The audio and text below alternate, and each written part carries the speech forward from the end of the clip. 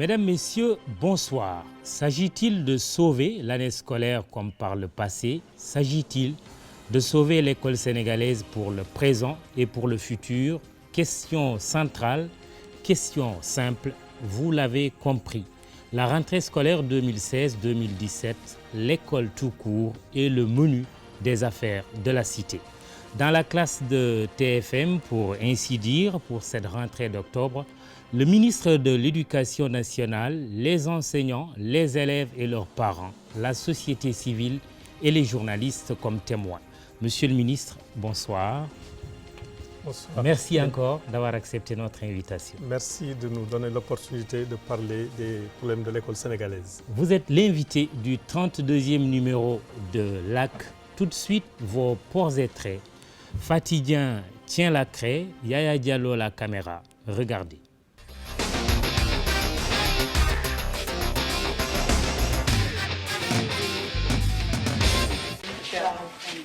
Quand Serigne Mbaye Thiam foule le sol de Dangu Sud, c'est toujours la grande émotion. Sa famille se rappelle l'enfance de ce fils exemplaire avec une certaine fierté.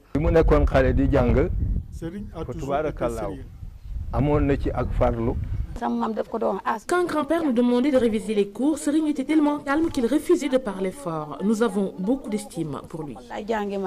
Le natif de Kermadiabel a fait ses humanités à Rufisque. Son instituteur garde de lui le souvenir d'un élève extrêmement travailleur. Un élève qui parcourt 6 km chaque jour et qui arrive toujours vraiment à l'heure, on ne peut pas ne pas dire qu'il n'est pas assidu. Je peux même dire que c'était le meilleur parmi les meilleurs. Il a eu une moyenne de 16,56. De l'école Tchokho, il est admis au Prytanée militaire de Saint-Louis. L'enfant de troupe a vite trouvé ses marques. Il était respectueux de l'organisation militaire. Je pense qu'il aurait peut-être pu faire une carrière militaire. En première, je faisais partie des dirigeants de la fameuse grève de 1976 du Prytanée. Et après la grève du Prytanée, j'ai été exclu et j'ai fait ma terminale au lycée Van Vollenhoven. Après le bac, ce lauréat du concours général est parti en France où il a obtenu le diplôme d'études supérieures commerciales, administratives et financières d'ESCAF de l'École supérieure de commerce et d'administration des entreprises de Rouen et le diplôme d'expertise comptable. Son engagement politique remonte à 1994 au Parti socialiste.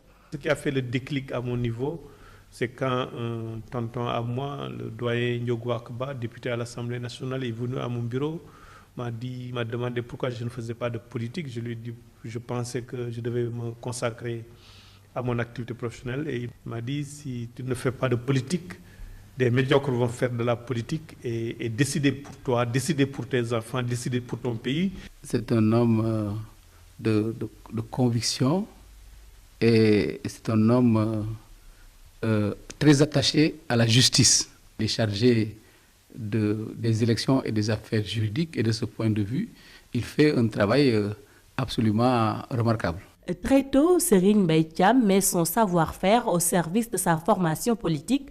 En 2001, il avait même décliné l'offre d'Abdoulaye Wade, président d'alors. Je n'avais pas pensé utile à l'époque de changer de parti politique parce que je considérais mon expérience dans l'opposition avec le Parti socialiste comme une opportunité. Cet expert comptable agréé fait partie des citoyens qui scandaient le slogan « Touche pas à ma constitution » lors des manifestations du 23 juin 2011.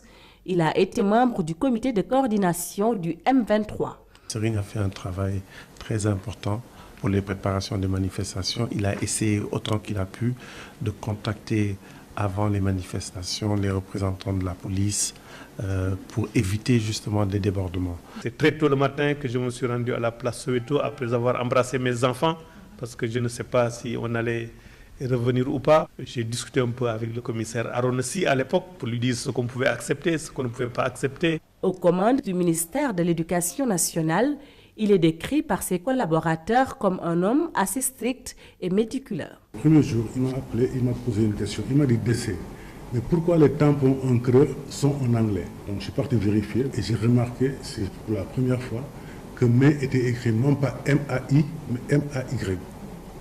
Et moi, ça faisait des années que je voyais ces tampons-là. Je n'avais jamais remarqué. Ministre de l'Enseignement supérieur et de la Recherche, porte-parole du gouvernement sous le magistère d'Abdoul Mbaye, ancien député, ancien directeur financier du port autonome de Dakar, Serigne Mbaye Thiam est l'initiateur du 12e Gaïndé, d'un père agriculteur, Moukhadam El Hadji Ibrahima Niass, et d'une mère au foyer. Le 17e ministre de l'Éducation nationale du Sénégal prône un enseignement de qualité. Récemment, il a annulé l'admission de près de 700 candidats reçus au concours de recrutement des élèves maîtres.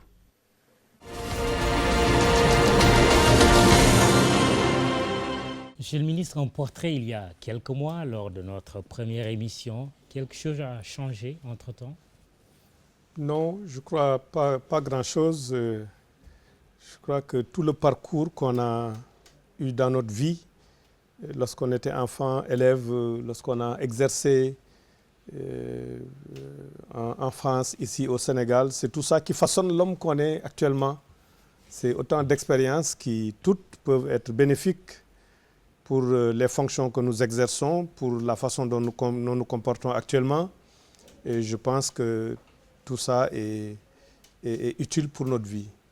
Vous auriez pu être un général, pourquoi pas, dans l'armée sénégalaise. Des regrets? Non, vous non, pas du tout. Vous n'avez pas le sentiment d'avoir raté quelque chose? Non, non, pas du tout, parce que c'est un choix personnel.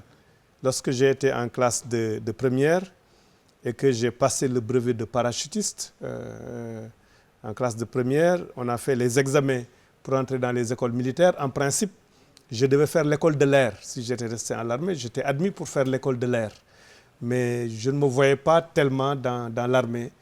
Pour moi, qui était un peu un carcan, la façon dont j'ai vécu ma scolarité au Prytanée, c'était très enrichissant, mais je pense que je devais évoluer ailleurs que dans l'armée. À défaut du général, donc, le ministre est notre invité. Qu'attendent les Sénégalais de la rentrée présente, rentrée scolaire d'octobre, de l'école et de ses acteurs? Apaisement, le mot est lâché, mais au-delà du mot, c'est la demande sociale la mieux partagée. Micro-trottoir de Cheikh Hassana Fall, Thierno Laurent Mendy.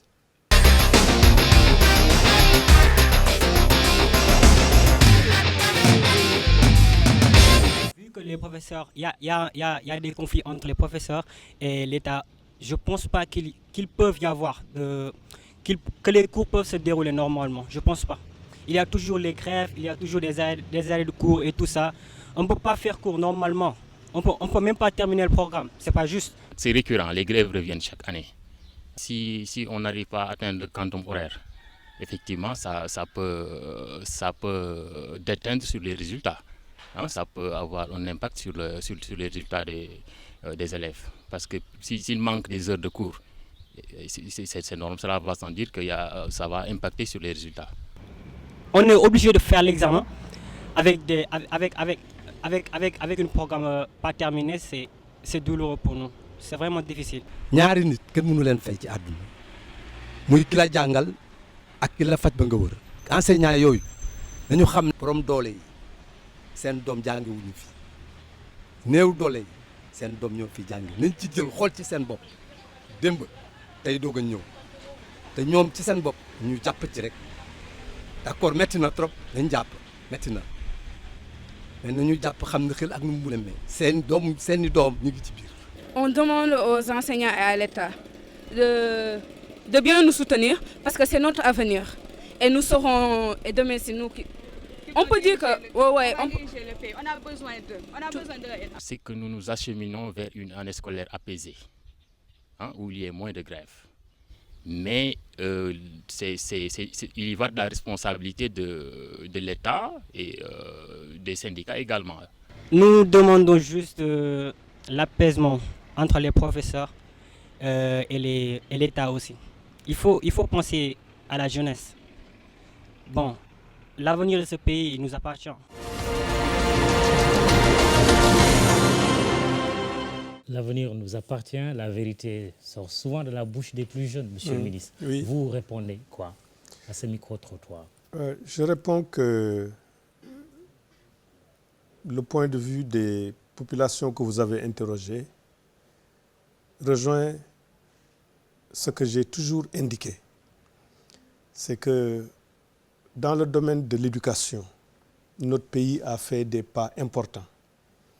D'abord, entre 2000 et 2011, dans le cadre du PDF, du programme décennal de l'éducation et de la formation, et depuis 2012, dans le cadre du paquet, le programme d'amélioration de la qualité, de l'équité et de la transparence. Le principal défi que nous avons, et il n'est pas étonnant que tous les intervenants soient revenus sur cette question, c'est la question de la stabilité du système éducatif.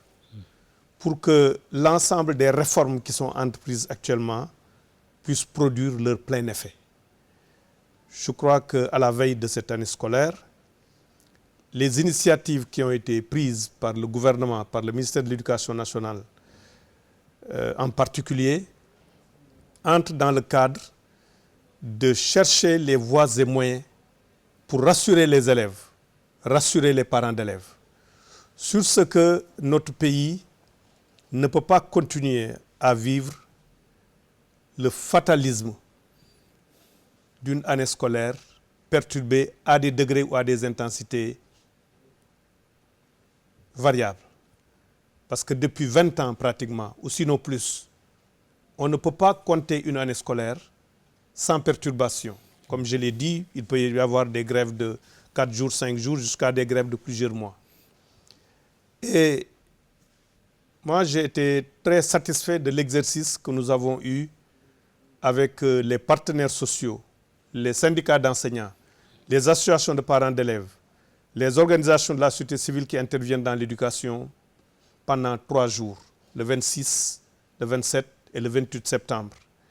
Je pense qu'on est dans une dynamique où toutes les parties ont fait une introspection et ont essayé de voir dans leur comportement, dans leur façon d'agir, qu'est-ce qui peut être maintenu et qu'est-ce qui doit être remis en cause pour justement répondre à l'attente de ces populations-là. Et il s'agit d'une remise en cause, bien sûr. Quand je dis de toutes les parties, ça veut dire du gouvernement et de l'administration en premier, des syndicats d'enseignants, des parents d'élèves, des organisations de la société civile et de tous ceux qui interviennent sur ces questions-là. On ne peut pas continuer à le faire. Une déclaration commune d'engagement que j'ai sous les yeux. Absolument. Qui dit quoi? Bon, la déclaration manifeste d'abord une volonté commune de toutes les parties de renforcer le partenariat qui existe. Et des décisions ont été prises à l'issue de ces concertations partenariales, notamment d'instituer des concertations mensuelles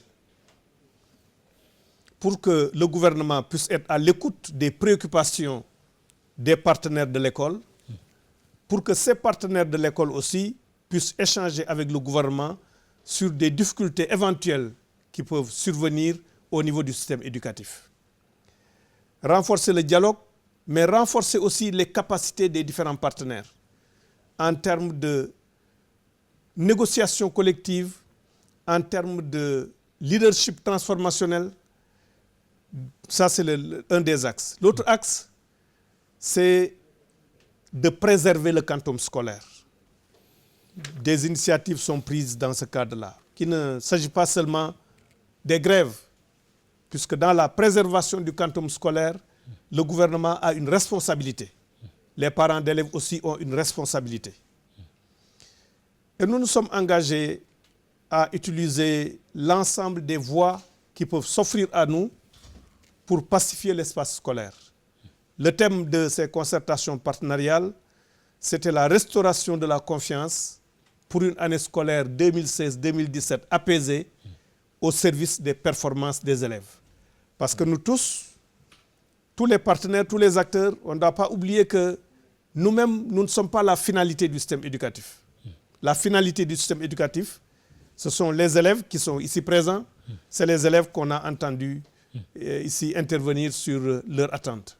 Des élèves du lycée Limamoulaye, qui fait partie des lycées d'excellence au Sénégal. Nous avons également un représentant, M. Mboup, des parents d'élèves du lycée Seydou Nourou Tall, de même qu'un professeur de l'école Marie Amaba que nous aurons l'occasion d'entendre, puisque c'est une émission interactive. Mais, Monsieur le ministre, on a entendu quelqu'un dans le micro-trottoir, s'exprimer en Wolof d'ailleurs, s'adressant aux enseignants pour dire toute l'importance de l'enseignant dans l'éducation de nos enfants. Êtes-vous, monsieur le ministre, un défenseur de l'enseignant? Parce qu'on a eu le sentiment à un moment donné qu'on chargeait un peu trop les enseignants. Non, non, absolument. Non, non. Je pense que moi, je ne veux pas tellement revenir sur le passé. Comme je l'ai dit lors de ces rencontres, le passé doit être analysé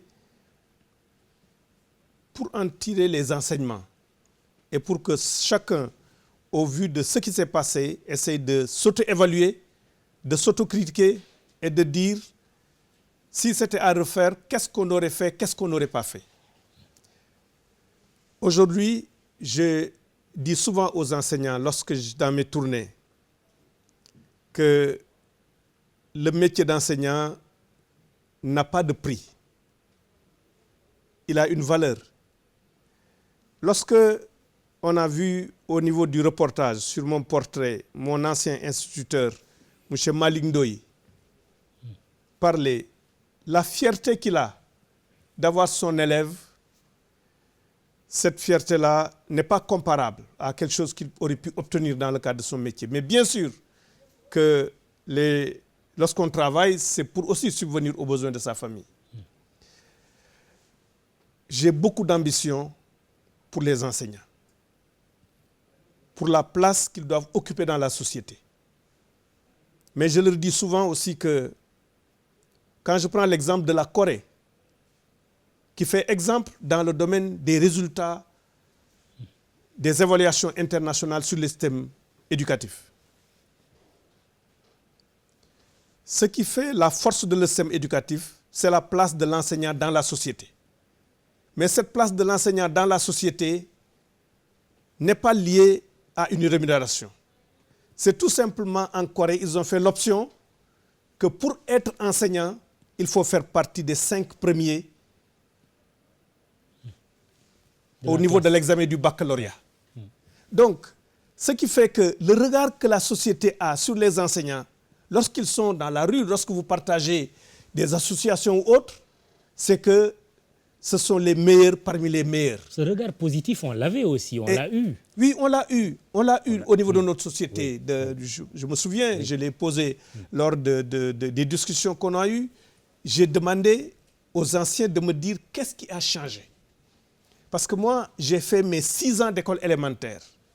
J'ai fait mes 7 ans d'école de lycée.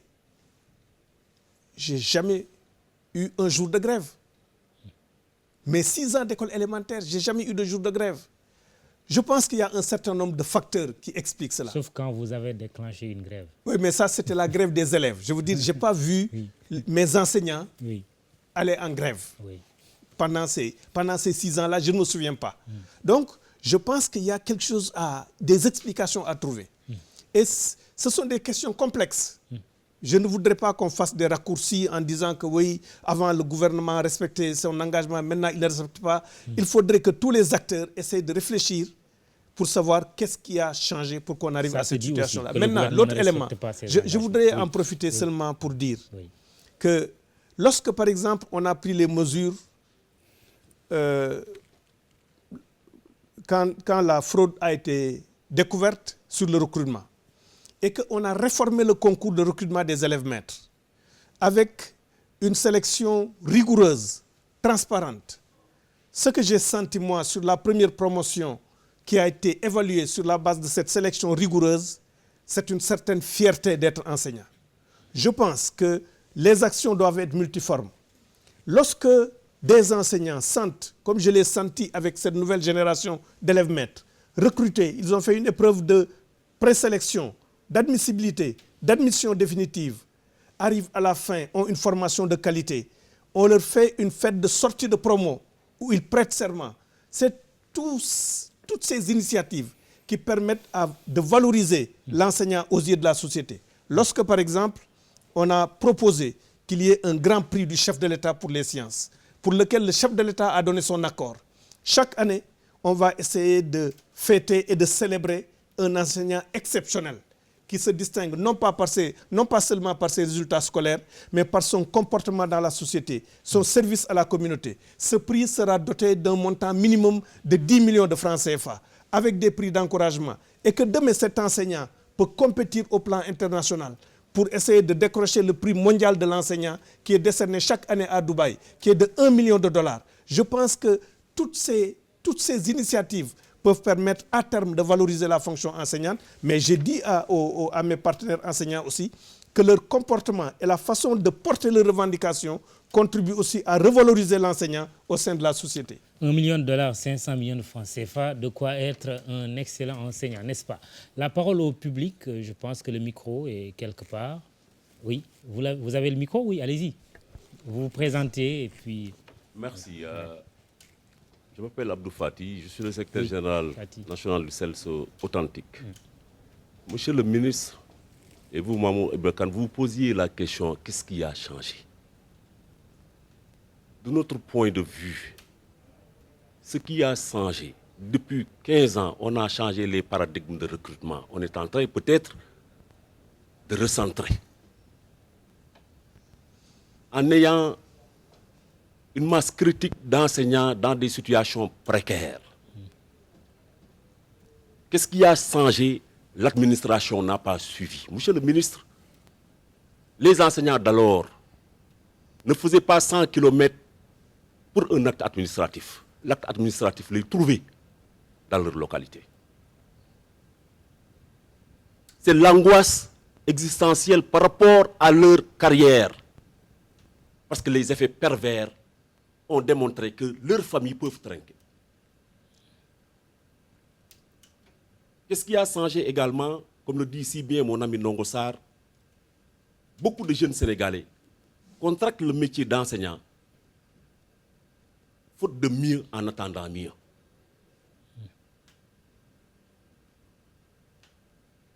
Qu'est-ce qui a changé?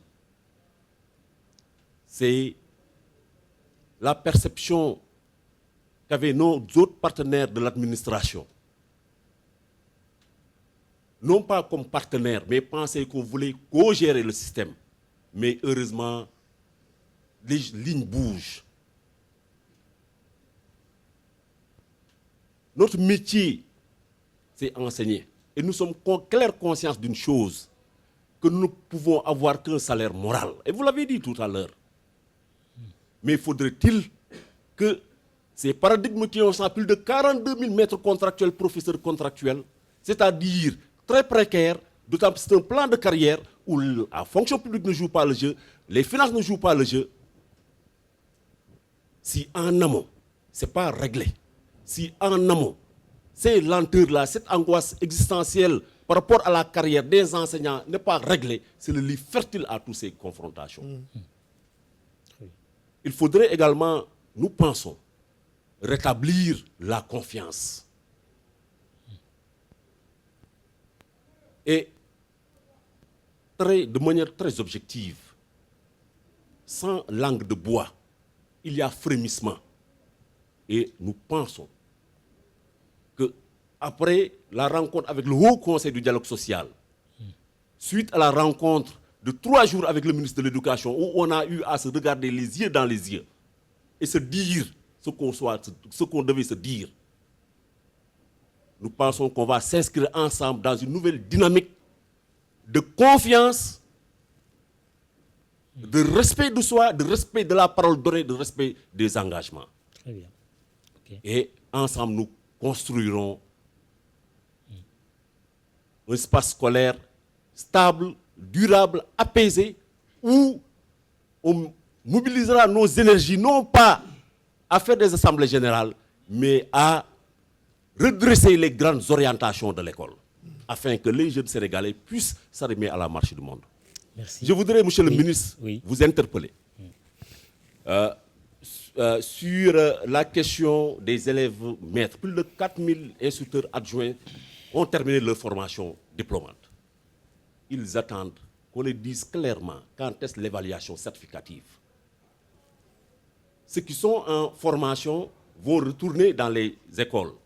Ils sont supposés faire la formation à distance. Les fascicules ne sont pas encore disponibles. Pour la formation initiale, monsieur le ministre, on l'a constaté. Beaucoup de perturbations ont été notées dans les CRFPE. Est-ce qu'il y a un dispositif pour le rattrapage? Vous parlez du défi de la qualité, monsieur le ministre. Effectivement, les enseignants également vous rejoignent par rapport au défi de la qualité. Mais monsieur le ministre, nous pensons, par rapport au défi de la qualité, quelques suggestions.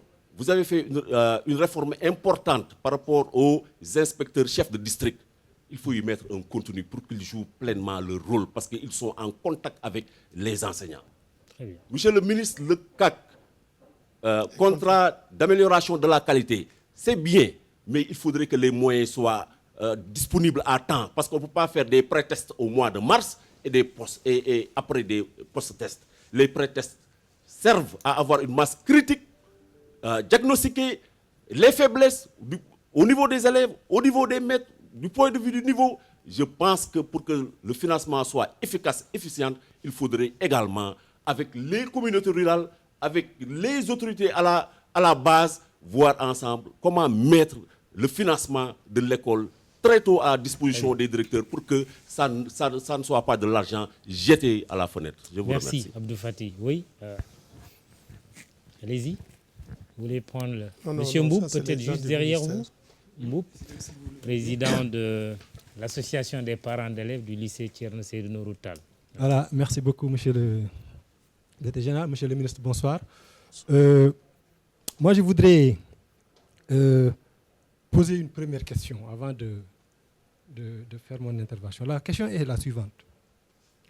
Comment se fait-il que les allocations que vous donnez aux établissements, notamment au lycée, depuis plusieurs années diminuent et diminuent progressivement? Par exemple, le lycée Seydou Nourou Tall a vu sur 3 ans son allocation divisée par 5. Comment vous expliquez ça? Parce qu'on ne comprend pas. Donc, certains vous disent c'est parce que c'est une compétence transférée, c'est la ville, etc. Mais on ne voit pas ce que la ville fait aussi pour les lycées. C'est pourquoi on considère que, et c'est peut-être un complément de cette question-là, est-ce que vous procédez à des séances d'évaluation de l'utilisation des ressources allouées aux collectivités locales au profit des lycées? Ça, vraiment, c'est une question que je voudrais poser pour un premier point. Pour vous avez combien maintenant? Nous sommes à 3 millions, très bien. Moins de 4 millions. Très bien. On était à 15 millions il y a 2 ans. 3 ans. Très bien. Alors, et ça, la deuxième question, c'est dans vos séances de travail avec les syndicats, est-ce qu'il vous arrive de parler de la réalité de l'école, les bibliothèques, l'interdiction des TIC? Parce que la qualité, c'est aussi ça. Alors, et nous sommes de ceux qui pensent que les grèves, le choc des grèves, les conséquences des grèves pourraient être un peu amorties si les élèves avaient dans les écoles de très bonnes bibliothèques, pouvaient surfer sur le net, etc. Ça veut dire que même si les enseignants sont là, ils ont des ressources pour améliorer leur. Je pense que ça aussi. Alors, qu'est-ce qui fait que les lycées, notamment, n'ont pas ça? Il n'y a pas de bibliothèque.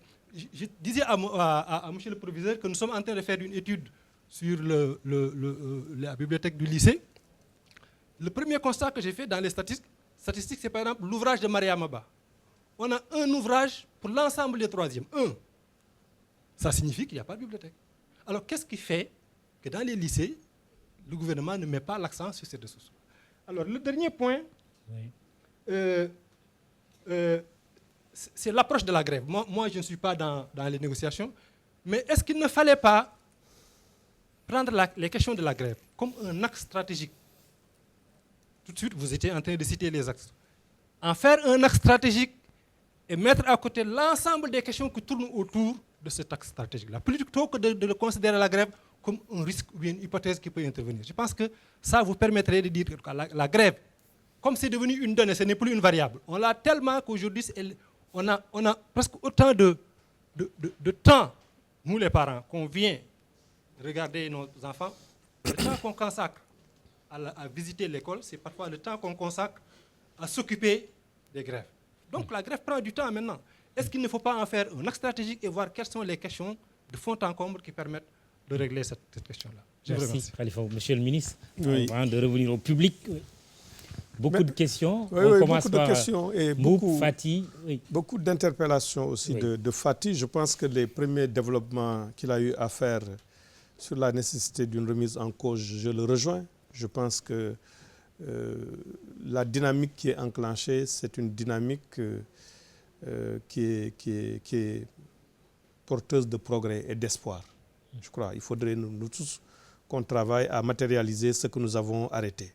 Mais sur la formation diplômante, pour les téléspectateurs, dans notre système éducatif, il y a les instituteurs pleins, il y a ce qu'on appelle les instituteurs titulaires, donc les instituteurs adjoints. C'est ceux qui ont le BPC, qui ont le CAP, le certificat élémentaire d'aptitude pédagogique. Et les autres ont le CAP, le certificat d'aptitude pédagogique. Et nous avons pensé que dans le cadre de la politique d'amélioration de la qualité, nous devons renforcer les capacités de ces instituteurs adjoints pour qu'ils soient des instituteurs titulaires. C'était perçu aussi comme une façon d'éteindre le corps des instituteurs adjoints. Donc j'ai discuté avec les organisations syndicales pour leur dire qu'il faut allier l'objectif d'extinction du corps des instituteurs adjoints avec l'objectif de qualité en renforçant réellement leurs capacités. Et pour cette cohorte qui a terminé sa formation au mois d'avril dernier, qui devait être évaluée en juin, on avait procédé à un test de positionnement pour connaître les besoins de formation qu'ils ont. Et ce test de positionnement, compte tenu de différents aléas, c'est seulement au mois de mai que les résultats ont été partagés avec les organisations syndicales. Lorsque nous avons partagé les résultats avec les organisations syndicales, les parents d'élèves, les formateurs, les inspecteurs, nous avons arrêté la nécessité de différencier les formations compte tenu des niveaux des instituteurs. Mais comme pour cette cohorte de 2015-2016, la formation avait déjà été démarrée, on s'est dit on ne change pas les règles du jeu. Donc cette cohorte sera évaluée sur la base de compétences professionnelles, dissertation psychopédagogique, études de cahiers de texte, ainsi de suite, mais en même temps de compétences académiques, mais des compétences académiques qui sont des prérequis d'enseignement qu'ils donnent. En fait, c'est une sorte de contrôle de connaissances à enseigner. Donc ça, j'ai demandé au directeur des examens et concours de faire des concertations avec les directeurs de CRFPE. Il s'agit de 3500 à peu près pour que leur évaluation se fasse le plus rapidement possible. J'ai discuté pendant ces jours avec des inspecteurs qui pensent peut-être qu'il faut attendre de le faire en décembre pour leur rafraîchir un peu les connaissances avant qu'ils ne fassent l'examen. Mais ça, ce sont maintenant des questions techniques qu'il faudrait qu'ils règlent pour voir quel est le moment idéal pour eux pour faire l'évaluation. Dans ça, il n'y a pas de problème. Maintenant, la deuxième cohorte, qui est de 4000, leur formation a été perturbée par des difficultés qu'il y avait avec les inspecteurs. Mais cette formation a eu à reprendre. Et pendant même qu'on était à Saly pour ces concertations, le coordonnateur des directeurs de CRFP m'a envoyé un message pour proposer un plan de réaménagement de la formation de diplômantes et des regroupements qui permet de rattraper le retard. Et le directeur de la formation et de la communication a marqué son accord. Donc là aussi, ce sont des questions techniques. Les techniciens verront comment réaménager la formation pour qu'on puisse rattraper le retard. Maintenant, pour ce qui est de la promotion en cours pour la formation initiale, ça veut dire que c'est ceux qui ont été recrutés à partir du bac, qui ont fait le concours, qui devaient faire 9 mois de formation, dont la formation aussi a eu un retard. Là aussi, les accords que j'ai eus avec les inspecteurs, c'est qu'ils vont faire un plan de réaménagement de la formation pour pouvoir finir ça dans les délais. Vous avez abordé maintenant une autre question qui est importante. C'est la question des contrats d'amélioration de la qualité, qui rentre dans le cadre des nouvelles mesures de gouvernance du système éducatif. Nous avons institué à tous les niveaux des contrats d'objectifs, des contrats de performance. Les 16 inspecteurs d'académie du Sénégal ont signé avec le ministre de l'Éducation nationale des contrats de performance qui sont évalués chaque année, aussi bien en interne que devant les autres acteurs et partenaires, parents d'élèves, enseignants, et ainsi de suite. Les 16 inspecteurs d'académie que nous avons ont signé avec les 59 inspecteurs de l'éducation et de la formation qui représentent le ministère au niveau des départements, des contrats, des plans d'amélioration de la qualité qu'on appelle des PAC, avec des critères d'évaluation qui sont là aussi restitués en public devant les membres de la communauté. C'est un axe d'amélioration de la qualité, c'est aussi un axe d'amélioration de la gouvernance du système.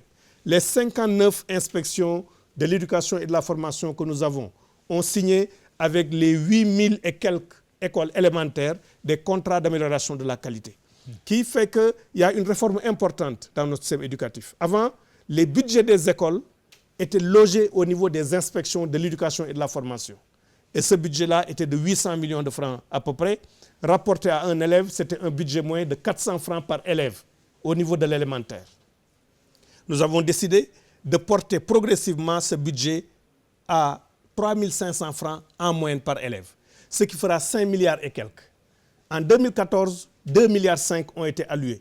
En 2015, 3 milliards. En 2016, 3,5 milliards.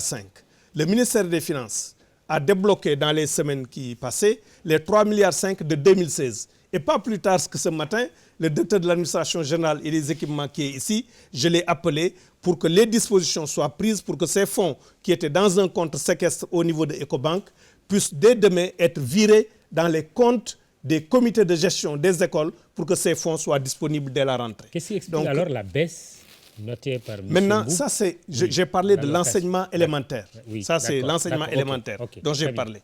Maintenant, il y a l'enseignement moyen secondaire où la situation qui a été trouvée était la suivante. Il n'y avait aucun critère d'allocation des ressources.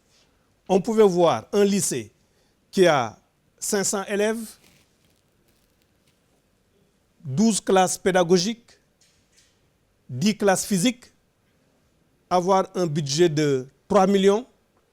Un autre lycée qui a 2000 élèves, 24 classes pédagogiques, 20 classes physiques, tant d'enseignants, avoir un budget de 1 million.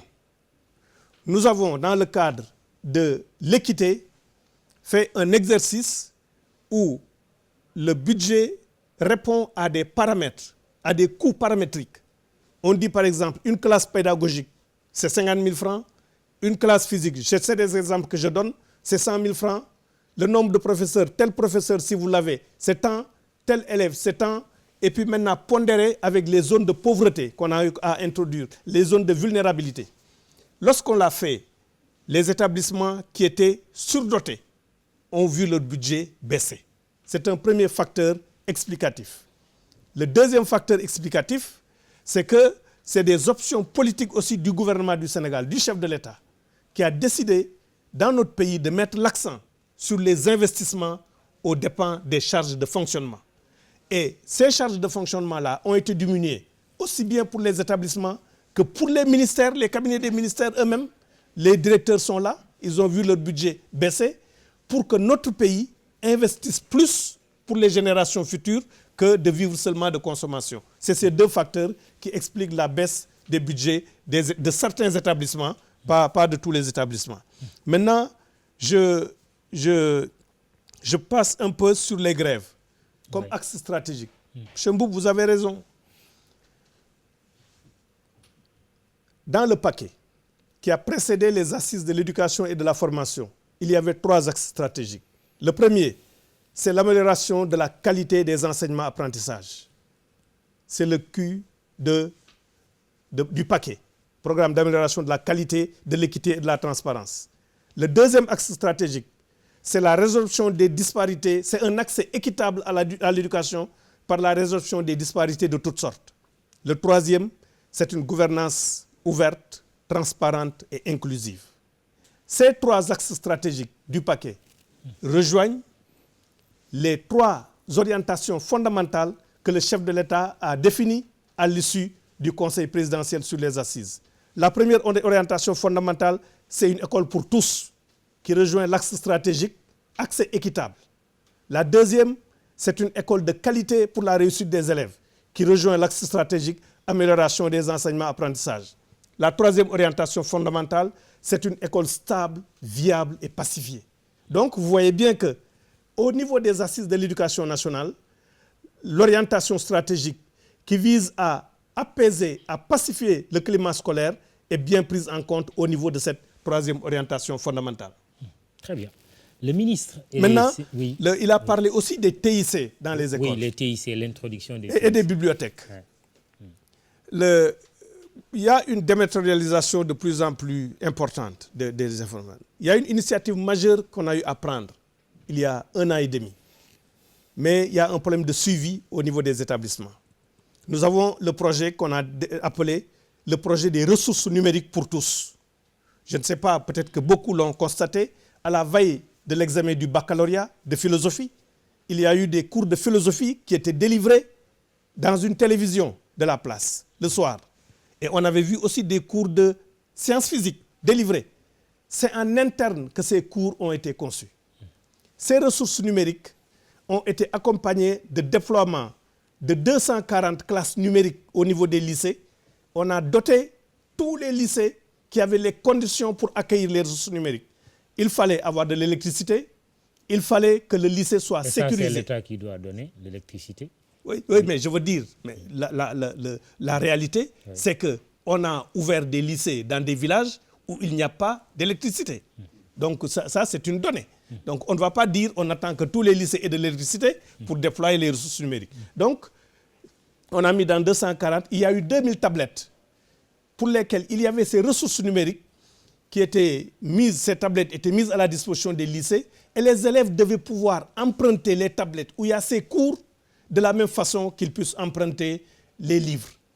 Et l'avantage de ces ressources, c'est que, par exemple, quand je prends le cours de philosophie, c'est des professeurs de philosophie chevronnés, expérimentés, qui ont délivré ces cours.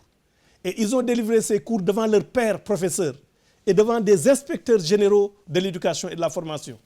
Beaucoup de profs ont eu à enregistrer 6-7 fois le cours avant qu'il ne soit validé. Donc ce cours, pour l'élève qui est à Fongolembi, c'est une façon de régler l'équité parce qu'il a le même niveau d'enseignement et de qualité que l'élève qui est à Dakar. Deuxièmement, pour l'enseignant débutant qu'on vient de recruter, c'est un moyen de préparer ses cours et de se mettre au niveau d'un enseignant chevronné pour lequel il peut tirer une expérience de sa façon d'enseigner. Donc vraiment, toutes les questions ne peuvent pas être réglées, mais je vous assure, M. Mboup, que toutes les questions que vous avez soulevées sont prises en charge actuellement et on a couvert le programme de mathématiques, de philosophie et de sciences physiques de terminale et l'objectif est de couvrir toutes les disciplines dans l'ensemble des classes, dans un premier temps du secondaire et après du moyen. Juste avant de passer à un autre sujet, sur les ressources, son idée d'évaluer aussi les collectivités locales par rapport aux ressources qui doivent aller vers les écoles. Le ministère de l'Éducation, le gouvernement du Sénégal a 2 façons d'allouer des ressources. Il y a les fonds qui sont gérés par le ministère chargé des collectivités locales. Ce sont les fonds de dotation qui sont donnés directement aux collectivités locales.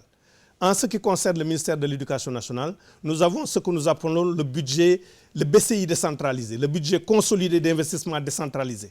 Parce que nous avons pris l'option, chaque année, de prendre environ 1,2 milliard sur le budget du ministère qu'on alloue directement à des communes. Depuis 2012, il y a eu des problèmes d'exécution de ce budget-là.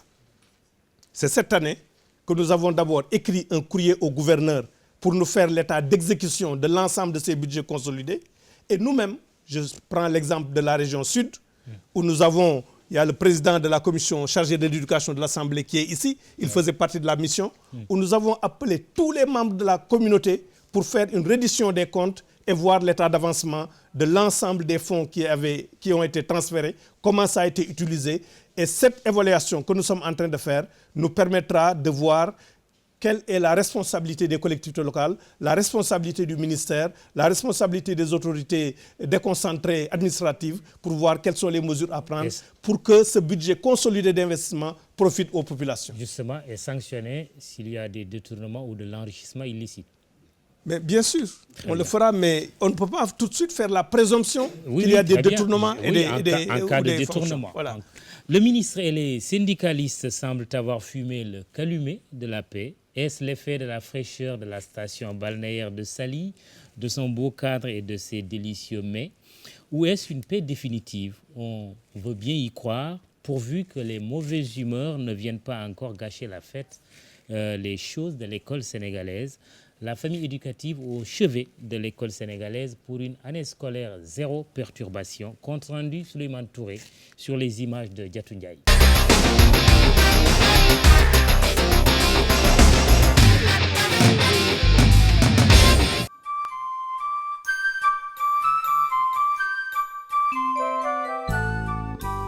Pour une fois, partis gouvernemental et syndical enterrent la hache de guerre.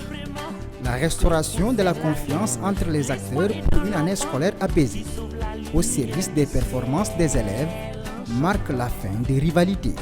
Nous avons pensé, après le séminaire de rentrée qui a regroupé les directeurs, inspecteurs d'académie, qu'il fallait organiser des concertations partenariales sous un format résidentiel où le ministre de l'Éducation rencontre toute la famille éducative pour qu'ensemble on essaye de voir comment nous entendre pour restaurer la confiance. Ce ne sera pas pour sauver une année, mais c'est pour essayer de sauver l'école sénégalaise.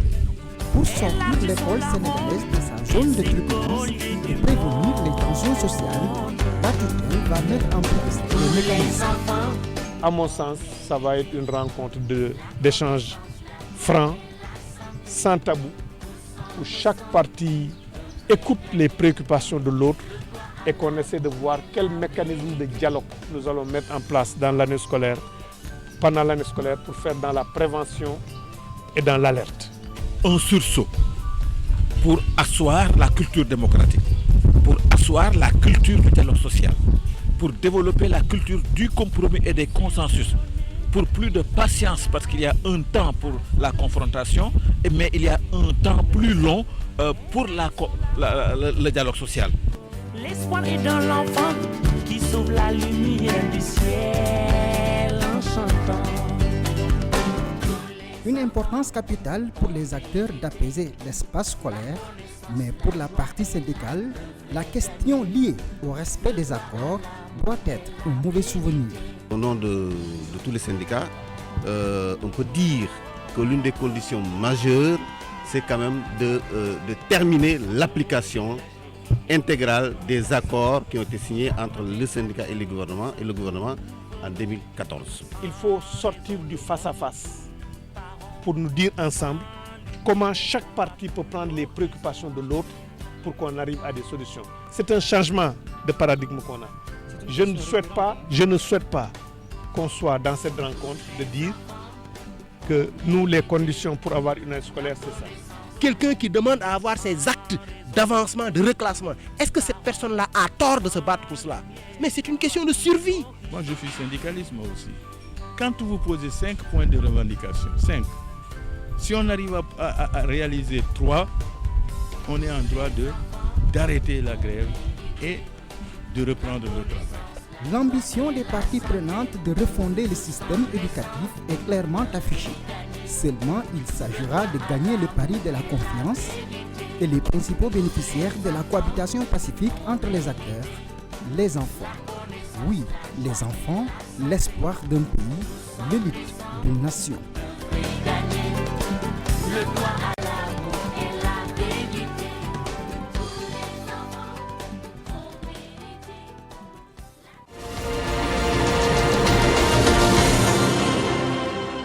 Monsieur le ministre, changement de paradigme, restauration de la confiance, est-ce que cela va donner comme résultat là, à cette rentrée d'octobre, le Ubbitey Djangatey? Oui.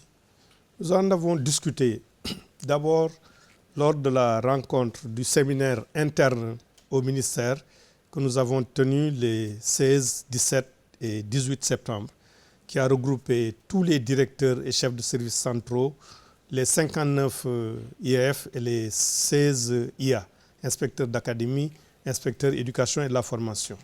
Et nous avons fixé des objectifs à ce niveau-là. Et cette question est pilotée en particulier par Madame Khadijatou Diop Mbodj, ici présente, qui est la directrice de l'enseignement élémentaire. Et nous avons partagé aussi avec les parents d'élèves et les syndicats. Parce que dans cet exercice-là, nous avons aussi voulu avoir de l'ambition pour notre pays. On ne peut pas être dans un pays et dire que d'autres pays arrivent le jour de l'ouverture des classes à démarrer les cours et que nous, on considère que c'est une donnée que les cours doivent démarrer 2 semaines, 3 semaines ou 1 mois après. C'est collectivement que nous devons avoir de l'ambition pour notre pays. Et je pense dans le privé, oui, ça se passe comme absolument, ça. mais dans le privé, dans d'autres écoles, oui, je veux dire. Donc, le gouvernement a un travail à faire. Les organisations syndicales, les enseignants ont un travail à faire.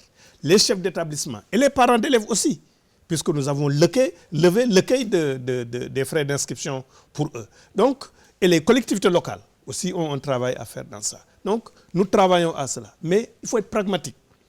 Il y a 2 ans, quand on l'a lancé, peut-être il y avait sur le territoire national 5 établissements qui avaient réussi à le faire.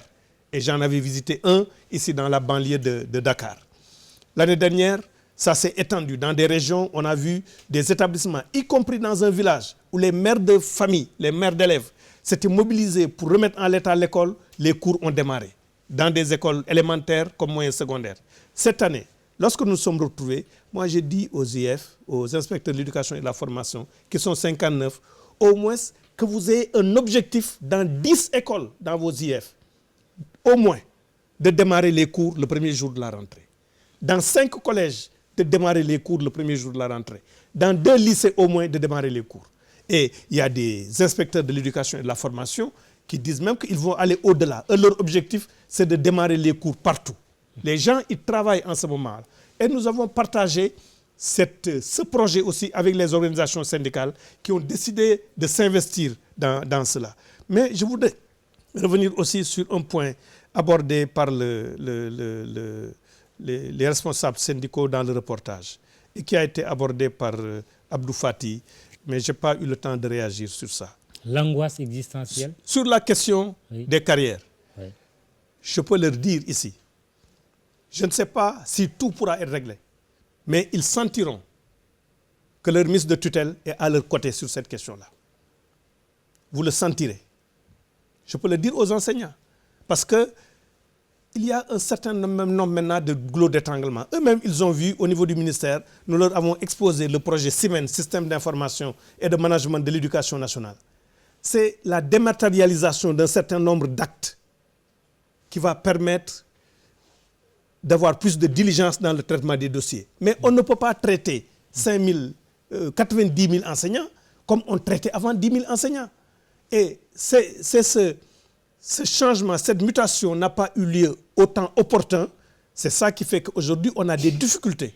Mais je peux les assurer que sur cette question-là, la famille éducative, manifestant une cohésion, va prendre en charge cette question. Sur la question des accords qui sont signés, c'est dans la déclaration, nous nous sommes engagés à la matérialisation des accords qui sont signés. Et sur la matérialisation des accords qui sont signés, Abdou Fati, en 2013, nous avons convenu de quelque chose au niveau du ministère. Vous avez vu que c'est ensemble qu'on l'a porté pour que ce soit matérialisé. Sur cette question-là aussi, si nous faisons preuve de cohésion au niveau de la famille, vous aurez votre ministre à côté de vous pour porter toutes les démarches, les diligences à faire pour le respect de l'ensemble des accords. On retourne au public, monsieur le député. Oui, juste là, professeur, juste là, oui. Après l'honorable député, oui. Et mon confrère, là, Ndiogou Diène aussi. Oui, proviseur. Oui, merci infiniment. Pour ce qui est de notre établissement, au moment le lycée Limamoulaye. Lycée Limamoulaye, au moment où nous vous parlons, l'administration a réalisé les conditions d'une rentrée effective. Mais notre obstacle majeur, c'est le rythme d'inscription des élèves. Nous lançons un appel aux parents parce que l'administration a beau exécuter les tâches qui lui incombent. Si les élèves ne viennent pas à temps, ça pose des difficultés. Nous sommes en train de réfléchir à des stratégies, mais les parents d'élèves aussi devraient nous aider à demander à leurs enfants de constater la fin des vacances et de se mettre au travail. Mais pour ce qui incombe à l'administration, nous avons fait ce que nous devions faire. Et dites-nous le secret de votre réussite. Je rappelle que vous êtes le tout nouveau proviseur du lycée Limamoulaye. Malgré les difficultés que ce lycée rencontre, on l'a vu, hein, quel est le secret de votre réussite finalement? Vous êtes un lycée d'excellence. C'est ça, il faut dire que et vous le contestez même à Mariama Ba. Mais j'ai été élève au niveau de ce lycée. Et un élève très actif. Et j'y ai exercé l'essentiel de ma carrière. Sur mes 27 ans, j'ai passé les 23 au lycée. Le secret, ce n'est rien d'autre que le travail. Et c'est depuis le début, vers les années 80, que le ton a été donné. Des jeunes de zones déshéritées qui n'en croyaient pas leurs yeux lorsque le lycée était en train d'être construit. Parce que sans ce lycée, la plupart d'entre nous avaient de très faibles chances d'effectuer des études secondaires. Alors, c'est dès le départ que nous avons commencé à nous battre et nous avons imprimé une dynamique au lycée qui a survécu aux internats et ça continue jusqu'à présent. Un corps professoral très dévoué, très compétent, un bon personnel d'encadrement et des élèves qui travaillent nuit et jour. Et ils sont derrière vous, peut-être l'un d'eux ou l'une d'eux peut prendre la parole? Juste un mot à monsieur le ministre qui est devant vous. Bonsoir, monsieur le ministre. Bonsoir. On vous dit qu'au lycée Seydina Limamoulaye, les élèves sont bien encadrés. Nous avons de bons professeurs qui sont vraiment dévoués sur le travail. On peut dire que le lycée Limamoulaye, depuis sa création, s'est toujours distingué sur le plan des résultats, aussi bien qu'au baccalauréat qu'au concours général. Mais aujourd'hui, c'est un lycée qui traîne à de nombreuses difficultés. Tenez bien votre micro, voilà. N'ayez pas peur du micro. Oui. Il faut dire qu'aujourd'hui, c'est un lycée qui traîne à de nombreuses difficultés. Oui. Voilà. Vraiment. Et nous lançons aussi un appel aux autorités, au ministre de l'Éducation, au ministre de l'Enseignement technique, parce que le lycée Seydina Limamoulaye est un établissement technique, de mieux aider le lycée Seydina Limamoulaye, vraiment. Oui. Nous rencontrons des difficultés. On l'a vu en état de délabrement. Il me semble qu'il y a une grosse enveloppe, non, qui est décaissée pour régler ces problèmes. Oui, le ministre le dira tout à l'heure. Et quels sont les problèmes? Juste un exemple d'un problème. D'abord, il y a le problème de la cantinisation. Des constructions de cantines dont on peut dire avec le marché, oui. Les responsables du lycée Seydina Limamoulaye n'étaient même pas au courant. Il y a aussi les problèmes d'assainissement. Au niveau de la bibliothèque, il y a des manques des livres et de matériel aussi. Très bien. Vraiment. Il y a le manque de personnel et surveillants aussi. Très bien. Monsieur le député, après mon confrère Landiogu Diène. Bien, merci M. Mamouli Brakan. Monsieur le ministre, bonsoir. Je ne sais pas si vraiment je peux être quelqu'un à vous interpeller, puisque je ne fais que ça à l'Assemblée. Mais quand même, monsieur le ministre, il y a un point qui me semble qui a été, je ne sais pas si vous y avez mis tellement l'attention, c'est les élèves. Parce que la grève, ce n'est pas seulement les enseignants. Souvent aussi, ce sont les élèves qui se plaignent, qui vont en mouvement parce qu'ils n'ont pas de prof de maths, mais il n'y a pas de prof de philo.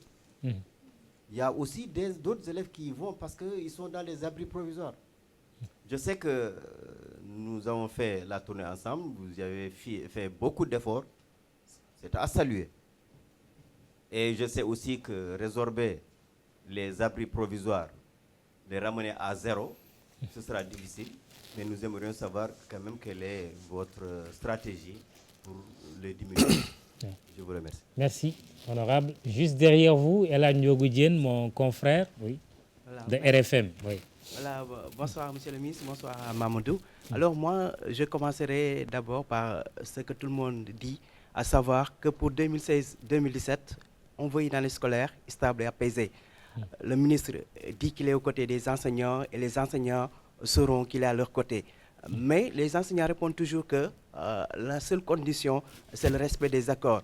Vous dites qu'aujourd'hui, les accords sont respectés, mais entre la réalité et le discours, il y a toujours un fossé. Est-ce que vous pouvez donner l'assurance que cette année sera différente des autres et que le gouvernement va respecter intégralement les accords signés et selon les échéances signées, ce qui permettra d'éviter d'avoir encore à vivre des remous en milieu d'année scolaire. L'autre problème, monsieur le ministre, vous l'avez évoqué tout à l'heure, vous avez effleuré l'affaire des élèves maîtres en évoquant des changements apportés dans le concours de recrutement. Cette affaire fait toujours parler d'elle parce que pas plus tard que la semaine dernière, les élèves maîtres ont tenu à marquer l'anniversaire de l'arrêt de la Cour suprême qui a annulé votre arrêté de renvoi pour fraude, même si c'est sur la forme. En son temps et juste après ces décisions de la Cour suprême, vous disiez dans l'émission Grand Jury de la RFM avec Mahmoud Ibrakan justement que l'État userait de toutes les voies légales de recours pour faire annuler cet arrêt de la Cour suprême. Qu'en est-il aujourd'hui? Est-ce que ce recours a été déposé et où en est la procédure judiciaire aujourd'hui? Une dernière question si vous permettez, les assises. Ça fait maintenant 2 ans que ces assises ont été tenues, mais on a l'impression que ça ne bouge pas trop parce qu'il n'y a pas de comité de suivi chargé de veiller sur l'application de ces conclusions et autres. Ce qui pousse certains même à dire que les assises ont été un gâchis et une perte de temps et d'argent. Pourquoi l'État n'applique pas les conclusions issues des assises de l'éducation et de la formation? Merci. Merci, monsieur le ministre. Merci beaucoup. Oui. Beaucoup de questions. Absolument. Je réponds d'un trait. Hein. Oui, allez-y. Oui. Moi, je voudrais encourager le proviseur du lycée Limamoulaye et lui souhaiter plein de succès dans la mission qui lui a été confiée. Et effectivement, la question, j'ai dit tout à l'heure que le concept de démarrage des cours le jour de la rentrée, ou Bitey Djangtei, est un concept qui n'interpelle pas seulement l'administration, le gouvernement, mais les parents d'élèves qui doivent user de leur autorité pour que les élèves rejoignent les classes. Mais je pense que la façon de le faire, et je l'ai dit lors de la rencontre avec les partenaires, c'est que dès l'instant où on dit qu'au niveau du moyen secondaire, les élèves ont à payer des frais d'inscription qui varient entre 3 000 et 10 000 francs CFA. Et que les administrations scolaires sont invitées à pouvoir accorder des facilités aux parents, à les payer en une fois pour les gens qui peuvent le faire ou en 2 fois, ainsi de suite. À partir de ce moment-là, les parents n'ont plus de prétexte pour dire que les inscriptions des enfants ne peuvent pas se faire. La mesure qui l'accompagne, c'est de dire aux enseignants, je le dis aussi ici, si dans une salle de classe, il y a 2 élèves, vous démarrez les cours. C'est ainsi que l'année prochaine, vous n'aurez pas des gens qui viendront 15 jours après. Mais tant que vous êtes dans la posture de dire on attend les autres vont retarder ceux qui se sont inscrits. Alors que les retardataires ont toujours... Oui, la mesure, tort. C'est qu'ils peuvent s'inscrire, faire leur inscription pédagogique, démarrer les cours. Ils ont des facilités pour payer. Maintenant, s'ils ne viennent pas, s'il y a 2 élèves dans une classe, les cours peuvent démarrer. L'information portée à la collectivité et les autres vont rattraper. La réhabilitation effectivement du lycée Seydina Limamou Laye et puis d'autres établissements de Dakar, lors du Conseil des ministres délocalisé de Dakar, le chef de l'État a retenu de dégager une enveloppe de 500 millions de francs CFA pour réhabiliter le lycée. Maintenant, je ne sais pas où se trouve la procédure budgétaire parce que, comme on l'a dit, c'est un ministère qui relève du ministère de l'enseignement, de la formation professionnelle. Mais dans tous les cas, toute la programmation qui a été faite sera respectée dans le délai de 3 ans. Parce que les décisions des conseils des ministres délocalisés, c'est pour être programmées sur 3 ans. Maintenant, je ne sais pas quelle est la programmation qui a été retenue. Parce que je ne voudrais pas aussi qu'on fasse l'année scolaire. Au milieu, on dit on n'a encore rien vu. Parce que c'est des procédures pour l'État. Pour le faire. Mais il faut faire vite, ça va être parce fait. que les élèves vont s'impatienter, les enseignants également, et ça risque d'aboutir à une grève. Voilà, mais de toute façon, je pense que jusqu'à présent, les décisions qui ont été prises au niveau des conseils des ministres délocalisés ont été respectées ou sont en train d'être mises en œuvre dans les autres régions.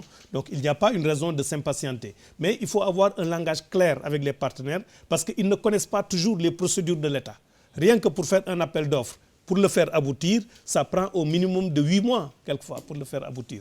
Donc, sans compter maintenant la mise en place du budget. Donc, ce n'est pas pour les élèves de l'immédiat. C'est quelque chose qui est programmé, mais qui sera exécuté dans le délai de 3 ans qui est indiqué pour mettre en œuvre toutes les décisions qui ont été prises à ce niveau.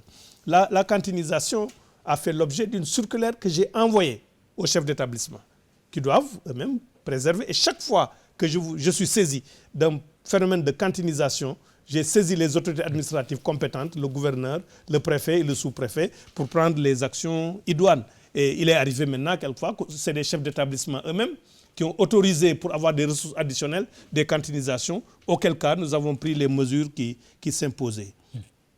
La grève des élèves, il faut quand même se réjouir du fait que depuis un certain nombre d'années, on n'a pas eu de grève majeure au niveau des élèves. Il y a quelquefois des mouvements de débrayage d'un établissement à l'autre qui viennent du fait qu'on manquait des profs de mathématiques ou de philosophie. C'est des disciplines qui étaient en déficit d'enseignants.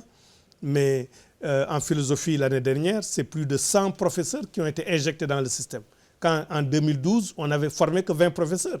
Quand on a mis la priorité sur la formation de ces enseignants et qu'on a utilisé des solutions innovantes, on est arrivé à injecter un nombre de professeurs de philosophie qui était suffisant.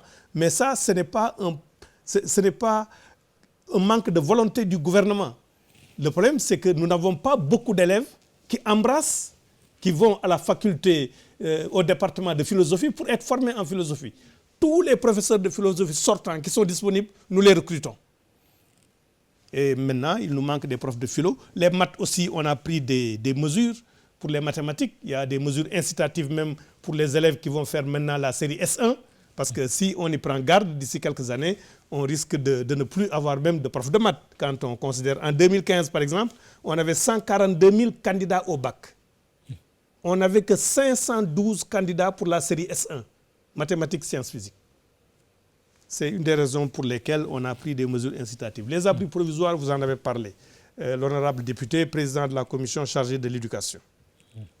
Les abris provisoires, en 2011, on était à 8 800 et quelques abris provisoires. Et ça représentait 18% du stock d'abris provisoires. 18% du stock de salles de classe était en abri provisoire. Avec le programme de résorption progressive que nous avons eu. Parce que depuis 2012, nous avons construit près de 9 000 salles de classe. Mais 9 000 salles de classe qui ne viennent pas seulement résorber les 8 000, qui viennent aussi s'occuper de l'extension du réseau scolaire. Parce qu'il ne faut pas qu'on dise, s'il y en avait 8 000, si vous avez construit 9 000, donc ça veut dire que vous avez un excédent de 1 000. Non, les 9 000, c'est pour en partie résorber les abris provisoires et en partie assurer l'extension du réseau scolaire. Ce qui fait que le nombre d'abris provisoires est passé maintenant à 6 622, représentant 11% du stock de salles de classe. Pour résorber ce stock, il faut à environ un peu plus de 60 milliards de francs CFA. Ce n'était pas supportable par le budget de l'État sur une année. Ce que nous avons fait appel à une solution de partenariat public-privé, où des entrepreneurs de travaux publics, en association avec des financiers, viennent construire l'ensemble des abris provisoires, charge pour l'État de payer sous forme de location-vente sur une période à déterminer, de 5 ans, de 7 ans ou de 10 ans. Et hier, je crois, c'est hier que j'ai reçu le rapport du comité interministériel constitué de fonctionnaires du ministère des Finances, dirigé par le directeur général des Finances, de fonctionnaires du ministère chargé des partenariats publics-privés et du ministère de l'Éducation nationale, qui a évalué 5 offres de partenariat public-privé que nous avons reçues et qui a rendu son rapport hier, qui sera exploité par les autorités. Et si ces solutions sont soutenables par l'État, parce qu'il s'agit maintenant d'engager les négociations pour la soutenabilité sur les conditions financières. En ce moment-là, si l'État engage ce programme, normalement, d'ici 3 ans, on doit pouvoir résorber les abris provisoires au niveau de notre pays. Sur le respect des accords, je parle sous le contrôle de Abdou Fati, secrétaire général de syndicat. Beaucoup de choses, beaucoup de réalisations, beaucoup d'accords ont été respectés. Sur l'année qui a précédé, et quand ils ont levé le mot d'ordre de grève, sur la question des rappels, je pense que les engagements du gouvernement datés par mois ont été respectés. Sur la question des mises en solde, les engagements ont été respectés. Il y a un point d'attention sur lequel il faut veiller, c'est la question de la gestion de la carrière des enseignants. Ce point d'attention-là, nous allons ensemble essayer de le prendre en charge par un suivi rapproché au cours de l'année.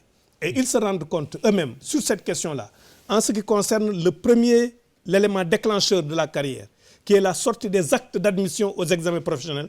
Eux-mêmes, ils se rendent compte que depuis le mois de juin, que cette question est suivie au jour le jour. Beaucoup de progrès ont été effectués sur cette question-là de la sortie des actes d'admission aux examens. Maintenant, la question des élèves maîtres. Ouais.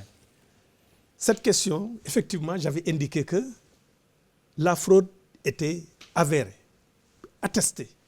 On ne peut pas douter de cela, qu'il y a eu des élèves maîtres pour lesquels on a augmenté délibérément les notes pour faire qu'ils soient admis. La Cour suprême a rendu sa décision en septembre 2015. La décision, je crois, on l'a reçue en notification en décembre. Mais j'avais indiqué que la fraude étant avérée, toute voie de droit serait utilisée pour ne pas que les gens admis qui viennent par la fraude viennent dans le système éducatif. Quand nous avons reçu la décision, nous avons fait appel à des conseillers juridiques. Ces conseillers juridiques ayant lu la décision, et un des motifs d'annulation de la décision du ministre, c'était de dire seul le jury est habilité à tirer les conséquences d'erreurs ou de fraude pour procéder aux corrections nécessaires. C'est ça qui est dit dans la décision. Mais vous savez que la Cour suprême ne statue pas sur le fond pour savoir s'il y a fraude ou pas. C'est sur la forme. Mais quand nous avons reçu ce motif, entre autres, seul le jury est habilité à tirer les conséquences d'erreurs ou de fraude. Le jury s'est réuni à nouveau dans sa même formation qu'en 2013. Ils ont projeté avec rétroprojecteur sur un écran les copies des élèves avec les notes attribuées, les relevés manuscrits, le relevé informatique. Ils ont constaté pour les 690 qu'ils ont été induits, eux, jury, en erreur par l'agent informatique de la direction des examens et concours qui était présent à la réunion du jury. On a lu le PV par lequel il a reconnu que c'est lui qui a modifié les notes. Devant le jury, il a confirmé qu'il a modifié les notes. Et le jury donc, est revenu sur cela. Donc, la décision de la Cour suprême a été respectée. Maintenant, si eux, ils estiment que cette façon de respecter de la décision ne les agrée pas, ils ont encore une voie de recours, ils peuvent aller à la Cour suprême. Et je me souviens, Mamoudou, c'est votre télévision même qui avait à l'époque invité le directeur de la formation et de la communication, Moustapha Diagne, qui est venu ici parler de cette nouvelle délibération du jury. Donc la décision, retenons qu'on ne dise pas que le gouvernement n'a pas respecté la décision de la Cour suprême. Pour le gouvernement, de l'avis de ses conseillers juridiques, par la réunion du jury qui a constaté qu'il y a fraude et qui a annulé leur admission, la décision de la Cour suprême, l'arrêt de la Cour suprême donc, a été respecté. Très bien, on va suivre. Maintenant, sur les assises de l'éducation, je voudrais dire deux mots sur les assises. Il y a une question sur les assises. Oui, les assises sont tenues en août 2014. Le Conseil présidentiel s'est tenu en août 2016, qui a validé les conclusions des assises. Si le Conseil présidentiel se tient en août 2015, oui. Donc 2016 est la première année budgétaire de mise en œuvre des conclusions des assises. S'il doit y avoir évaluation, c'est à la fin de 2016. Si on doit l'évaluer annuellement. Le Conseil présidentiel s'est tenu en août 2015. Donc, les décisions, ce qu'on décide de mettre en œuvre, on commence à le mettre en œuvre dans le budget de 2016. Donc, il est logique que si on doit évaluer, qu'on évalue à la fin de 2016. Mais je veux avoir le fond de votre pensée, monsieur le ministre. Est-ce que vraiment, vous croyez aux conclusions des Assises nationales de l'éducation et de la formation? Parce que vous semblez mettre plutôt l'accent sur votre paquet. Non. Je vais vous dire pourquoi. Oui. C'est une question majeure, sur laquelle je vais prendre un peu de temps. Lorsque le président Macky Sall est venu, il a lancé l'idée des concertations dans le secteur de l'éducation. Il y a eu les concertations nationales sur l'avenir de l'enseignement supérieur, les assises de l'éducation et de la formation. Mais entre-temps, il ne pouvait pas, lui, ne pas dérouler de programme. C'est ainsi qu'il a défini une nouvelle lettre de politique sectorielle pour l'éducation en 2013, matérialisée, opérationnalisée par un paquet en avril 2013. 2013-2025. Oui, 2025. Mais quand on faisait le paquet, il était clair qu'une fois que les assises se seront tenues, le paquet devait être révisé. Et actuellement, sur une base partenariale, les syndicats d'enseignants sont au courant parce qu'ils sont conviés à ça. Il y a du travail de mise à jour du paquet qui est pour tenir compte, pour prendre en compte les conclusions des assises. Mais pas seulement les conclusions des assises. Le paquet est révisé en tenant compte au plan interne de l'acte 3 de la décentralisation qui donne de nouvelles compétences, qui change un peu notre architecture, de tenir compte des assises de l'éducation et de la formation. Et l'axe majeur, c'est d'intégrer et de prendre en compte les conclusions des assises. Sur le plan international, entre-temps, au mois de septembre 2015, les ODD ont été adoptés à la place des OMD. Et l'ODD 4 parle d'éducation équitable et de qualité avec un apprentissage tout au long de la vie. Nous devons prendre ça en compte. Nous devons prendre en compte les nouvelles orientations de l'Union africaine sur l'éducation et de la CEDEAO sur l'éducation. Et actuellement, les commissions sont en train de travailler pour que le paquet soit arrimé aux conclusions des assises. Maintenant, autre chose que je voudrais dire, il ne faudrait pas aussi qu'on pense que les assises, la mise en œuvre, c'est sur 2 ans. Les assises elles-mêmes ont voulu refonder l'école sénégalaise sur l'horizon 2035. Donc les assises ne peuvent pas être jugées sur 1 ou 2 années. Oh, c'est loin. Maintenant, oui, mais parce qu'effectivement, c'est 2030 ou 2030. C'est 2030, je crois. Ouais. C'est 2030. Maintenant, ce que je voudrais rajouter, tous les jours, ce que nous faisons au niveau du ministère de l'Éducation nationale, c'est mettre en œuvre les conclusions des assises. Je cite seulement un exemple. La première décision présidentielle, c'est réorienter le système éducatif vers les mathématiques, les sciences, la technologie et l'entrepreneuriat. C'est la première décision. Qu'est-ce que nous avons fait depuis lors? Pour l'enseignement des sciences, sur le plan normatif, nous avons modifié le décret qui fixe les crédits horaires et les coefficients du moyen pour donner plus de poids aux sciences physiques et aux mathématiques. 0 premier prix au concours général dans les séries scientifiques. Oui, absolument. Mamoudou Ibra Kane, les réformes dans l'éducation sont des réformes qui produisent du résultat de façon différée. Les réformes que vous prenez maintenant au niveau du CI, si vous les poursuivez, c'est dans 7 ans que ça se ressent au niveau du baccalauréat. Donc les réformes, ce n'est pas du teew mi teew pour utiliser un mot wolof. Donc je dis, si je prends cette décision numéro 1, il y a la réforme des coefficients et des crédits horaires. Il y a la généralisation en octobre des sciences physiques en 4e.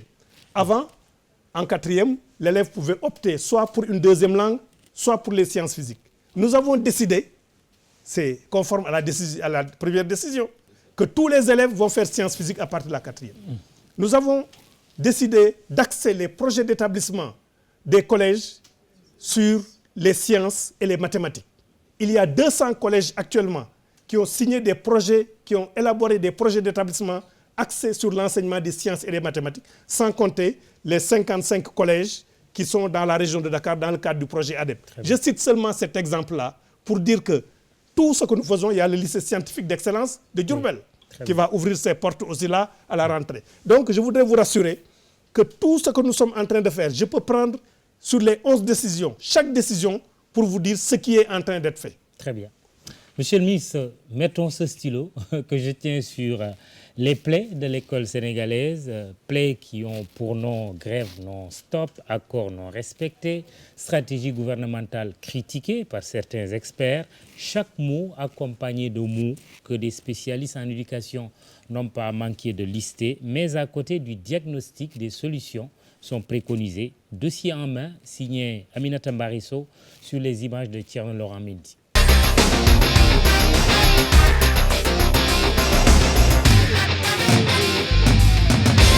Des décennies, l'école publique sénégalaise fait face à une instabilité chronique. Des grèves répétitives qui plombent aujourd'hui tout un système. Les grèves sont très anciennes dans le système éducatif. Maintenant, à quelle période exacte elles sont devenues, j'allais dire, relativement plus fréquentes, plus longues et dans une large mesure plus serrées, nous pourrions utiliser le terme. Ça, je crois que nous pouvons parler d'une vingtaine d'années, véritablement. les études que j'ai faites entre 2012 et 2015 ont montré que pour l'ensemble des examens, que ce soit le bac, que ce soit le BFM, que ce soit le certificat d'études, les résultats se sont grandement dégradés. Sur les 3 années, 2012, 2013 et 2014 jusqu'en 2015, les résultats du certificat d'études ont baissé de manière systématique. Le BFM a perdu 9 points et le bac avait perdu dans la même période 8 points. C'est la tendance. La tendance lourde, c'est une tendance baissière des résultats des différents examens, même si cette année on note un frémissement. Mais ce n'est qu'une année et on ne peut pas mesurer l'évolution de ces résultats sur une seule année. Une recherche de solutions s'impose, des solutions qui doivent s'inscrire dans le long terme. Il y a plusieurs paramètres à prendre en considération. La première, c'est l'instabilité du système éducatif sénégalais, qui connaît depuis toujours des remous pour lesquels les stratégies du gouvernement ont été des stratégies de sauvetage et pas des stratégies de prise en charge réelle des problèmes tels qu'ils se posent. Est-ce que à la fin du mois de septembre, on peut chercher des solutions pour l'année qui va commencer en octobre? Je crois qu'il aurait été préférable que ces solutions soient cherchées bien avant. Des négociations sont faites, des engagements pris avec les syndicats, mais cette démarche est-elle efficace pour une stabilité durable? Amadou Wade Diagne, consultant en éducation, voit autrement. Le premier élément, ce n'est pas de gérer une crise, c'est de montrer que nous sommes en train de nous battre sur des questions qui sont certes importantes, mais qui sont secondaires par rapport à la dégringolade du système éducatif sénégalais. C'est-à-dire, le problème, c'est qu'on cherche des solutions. Mais les solutions que l'on cherche, est-ce qu'elles apportent la solution au problème? La paix sociale dans le système éducatif sénégalais passe nécessairement par la prise en charge des préoccupations, mais également le respect des accords signés avec les syndicats. La renégociation des accords, de manière à ce que, à la fois, le gouvernement puisse s'engager sur des choses qu'il peut réellement appliquer, et que nos amis des syndicats, compte tenu du contexte, puissent baisser un peu la tension et les prétentions, de manière à ce qu'on puisse arriver à un minimum de consensus. Il faut que les syndicats enseignants et le ministère chargé de l'éducation nationale et de l'enseignement supérieur s'entendent sur des choses fondamentales. Les choses fondamentales, c'est quoi? C'est que les enseignants ont droit à des avancements depuis des années. Cette question n'est pas réglée par le ministère de la fonction publique. Une stabilité au profit des élèves et leurs parents, mais auparavant, les acteurs doivent s'entendre sur les principaux leviers qui devront porter la qualité de l'éducation sur une durée déterminée.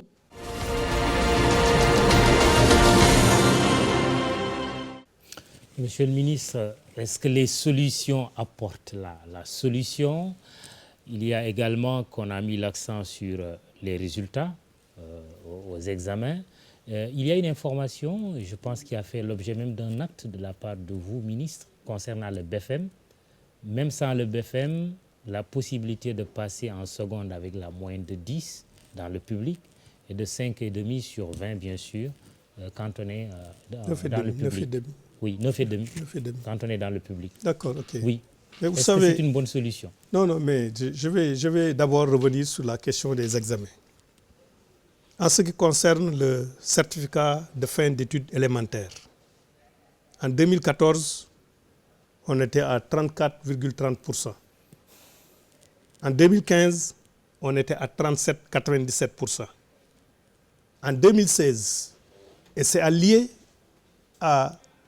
au programme d'amélioration de la qualité dont j'ai parlé, les contrats d'amélioration de la qualité dans les écoles élémentaires, les plans d'amélioration de la qualité au niveau des IF, qui est la première année où on a mis ça en œuvre, nous sommes à 58,30%. Pratiquement près de 20 points qui ont été gagnés. Ça, c'est le certificat de fin d'études élémentaires.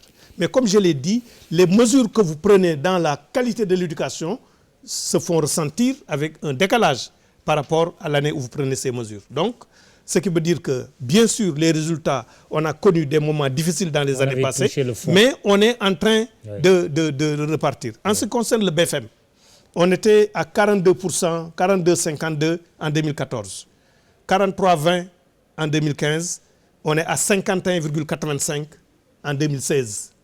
Et nous comptons continuer. En ce qui concerne le bac, les résultats étaient catastrophiques sur 2013, 2014 et 2015, 31,33%.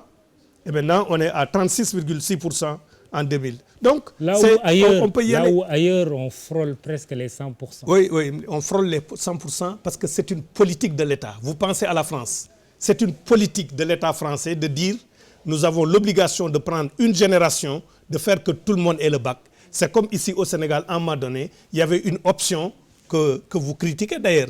Vous semblez critiquer. Je reviendrai sur le BFM, qui était de dire on prend une génération, artificiellement, on va faire qu'ils aient le certificat de fin d'études, qu'ils aillent en 6e.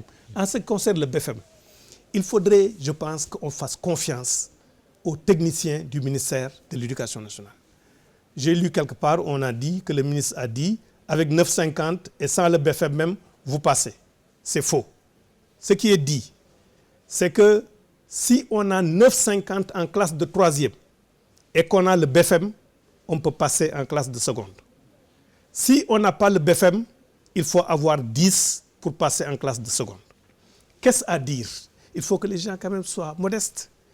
Quand un élève a 9,50 en classe de 3e et qu'il a le BFM, qui peut dire ici de façon exacte que son enseignant de mathématiques, d'histoire-géographie ou de français, en le corrigeant, il n'a pas plus ou moins donné une note de 12 alors qu'il aurait pu donner 13 ou 14 ou 15. Qui peut le dire de façon exacte? Dans la notation et dans l'évaluation, il y a toujours une marge d'erreur. C'est la raison pour laquelle, comme il y a plus ou moins 5%, on dit qu'il y a une autre évaluation nationale qui est faite, qui est le brevet, des épreuves calibrées. Si l'élève a la moyenne, il a les capacités pour passer. Parce que le but du système éducatif, ce n'est pas de retenir des élèves, c'est de voir des élèves qui, à la limite, sont moyens. Et l'obligation de ces enseignants, c'est de les porter à avoir le niveau en seconde. D'autres éléments peuvent rentrer en ligne de compte. Je le dis, un conseil de classe. Parce que s'il fallait caler sur la moyenne seulement, un logiciel l'aurait fait. Mais pourquoi, à côté des moyennes, il y a un conseil de classe qui se réunit, qui regroupe l'ensemble des professeurs? C'est pour évaluer d'autres critères et d'autres facteurs pour que l'élève passe. Je cite l'exemple d'un élève qui a 7 de moyenne et qui, au premier semestre, au deuxième semestre, il a 12 de moyenne.